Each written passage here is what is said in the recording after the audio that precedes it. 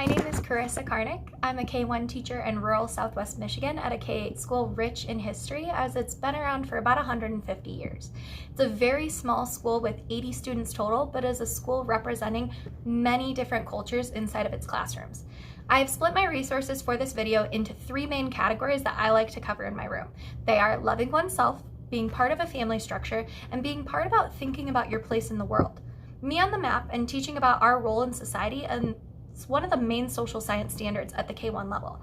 We dive into thinking about our past, present, and future selves often. This video is focused strictly on books I use at the K-1 level about diversity of self, as it's such an important topic with my little ones, with school really being some of their first experiences in the world.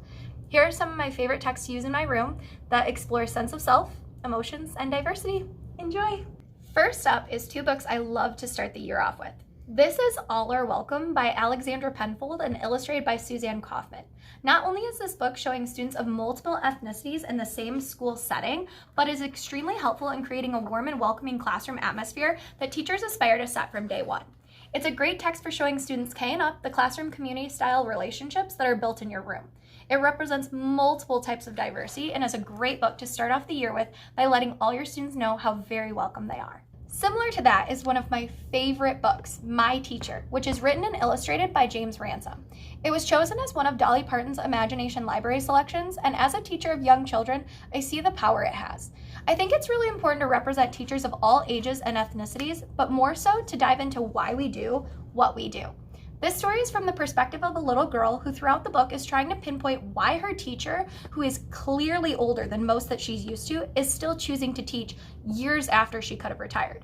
It touches on cultural relevance, family structures, and helping those in need, which are all great topics to discuss early on in the year. It's a great start to discussing how we're all different, welcome, and wanted in our teacher's classroom, and why teachers do what they do. After reading those, I start off the year teaching about loving oneself and being part of our classroom community. I make sure to discuss how boring the world would be if we all acted the same, looked the same, and liked the same things. Diversity is what makes us unique, special, and us. So this is I Am Enough, written by Grace Byers and illustrated by Katura Bobo. What I love about this text is that the characters look so similar to the students I have in my room from year to year. There's a page in it that best describes why it's on my list. The little girl says, "I'm not meant to be like you, and you're not meant to be like me. Sometimes we will get along, and sometimes we will disagree. I know that we don't look the same, our skin, our eyes, our hair, our frame, but that does not dictate our worth. We both have places here on earth." Those words are so powerful and direct to what my young students are experiencing, as for most of them, my room is their first experience around other children that don't look, sound, or represent themselves the same way. It is truly an empowering book, and why it is definitely a best read. In the same line as that is Listening with My Heart, written by Gabby Garcia and illustrated by Ying Hutian. This story is about a girl named Esperanza who puts her heart into everything she does. This book is a great way to discuss emotions and the validation of such while showing characters who are going through emotional times. It's discussing making mistakes and how everyone does it, as well as making new friends and reaching out to others. Definitely a top pick for my class. Some other books I adore about being yourself are ones like Julian is a Mermaid, which is written and illustrated by Jessica Love. Julian is a young boy who sees women in his city dressed as mermaids and absolutely wants to be one himself. He starts off with a little bit of self-doubt as he is unsure how his grandmother will respond, but she completely embraces his adoration and takes him to the Coney Island Mermaid Parade to show him the beauty and expression in being true to yourself. It's amazing. Sparkle Boy, written by Leslie Newman and illustrated by Maria Mola, follows the same theme of being true to yourself. This book was a recent addition to my classroom library that I already read after a boy in my classroom complimented me on my nails and said he wished his looked like mine. A girl in my class laughed and said he couldn't, so I simply posed the question, why not? She had no answer and realized she didn't know why boys don't paint their nails or wear dresses and such.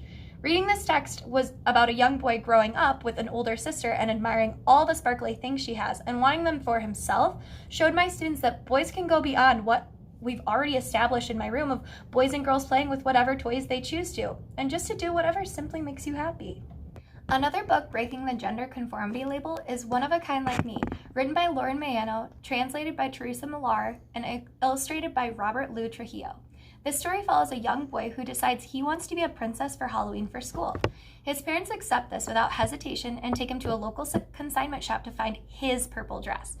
I cannot wait to read this next year and show it to families as well, as not everyone sees the beauty in letting children express themselves how they see fit. I hope it opens some hearts to the desires of others and the growth that children can make when doing what they love. If you want to hear more, click the part 2 video I've created that takes exploring your self-love and putting that into who you aspire to be and being part of your unique family structure. Happy reading!